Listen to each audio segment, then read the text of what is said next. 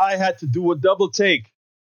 It turns out that Marjorie Taylor Greene, being interviewed by Dana Bash on State of the Union on CNN, all but begged America for forgiveness, begged for forgiveness for all the evil, all the ill will that she put out there. I mean, it's what she really did say is like, I'm so sorry.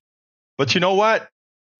Before I get into my narrative, I want you to listen to this and then we'll take it on the other side.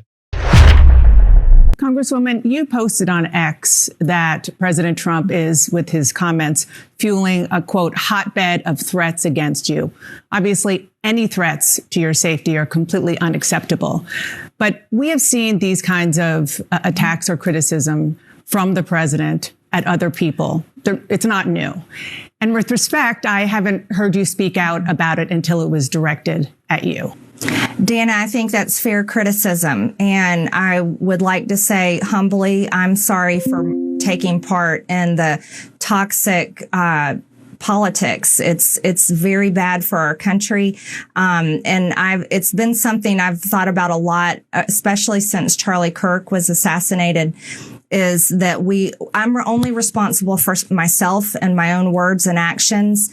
And I am committed, and I've been working on this a lot lately, to put down the knives in politics. I really just want to see people be kind to one another, and we need to figure out a new path forward that is focused on the American people, because as Americans, no matter what side of the aisle we're on, we have far more in common than we have differences. Yeah. And we need to be able to respect each other with our disagreements. So just to put a button on this, you regret the things that you have said and posted in the past, the Facebook post that was taken down of you in 2020 holding a gun alongside the squad, encouraging people to go on the offense against the socialists, liking a tweet of somebody calling for the execution of Nancy Pelosi and former President Obama. Just examples. Well, Dana, as you know, and many people know, I addressed that back in 2021. And of course, I never want to cause any harm or anything bad for anyone. So that was addressed back then. And okay. I very much stand by my words I said then, and I stand by my words today. I think America needs to come together and end all the toxic, dangerous rhetoric and divide. And I'm leading the way with my own example. And I hope that President Trump can do the same. Okay, here's the deal. We accept Marjorie Taylor Greene's apology. We believe in redemption. We believe that if one is not immutable, no matter where one comes from, what one did, if they really see the light, if they really want to work towards a better America, if they really, really want to come together and provide America with the actual policies that they need, I say, Marjorie Taylor Greene, for everything that you have said, for everything that you have done, personally, I can't speak for everybody, but personally, I forgive you. Not only do I forgive you, but let's work together. Let's make sure that Americans get family leave. Let's make sure that Americans get Medicare for all. Let's make sure that Americans get basic income. Let's make sure that Americans get paid vacation. Let's make sure that Americans get a true retirement. Let's make sure that all the things that the 20 happiest countries in the world have.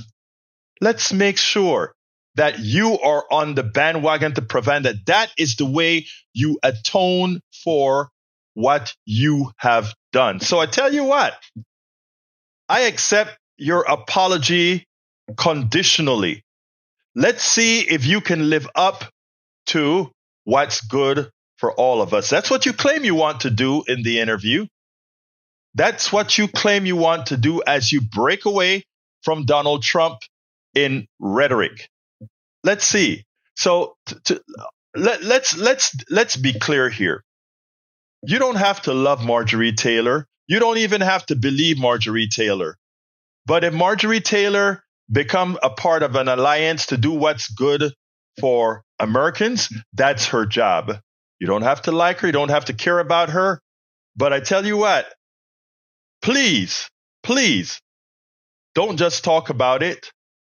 Do something about changing. And you know what? At the same time, you may want to go to Jasmine Crockett and say, Jasmine, I'm sorry. You may want to go to the squad and say, I'm sorry. You may want to go to them individually for the things that you've done to them individually and say, I'm sorry, let's work together. Because those women in the squad, you know, they have a lot of good policies they want to make America work. So Marjorie Taylor, you're forgiven conditionally.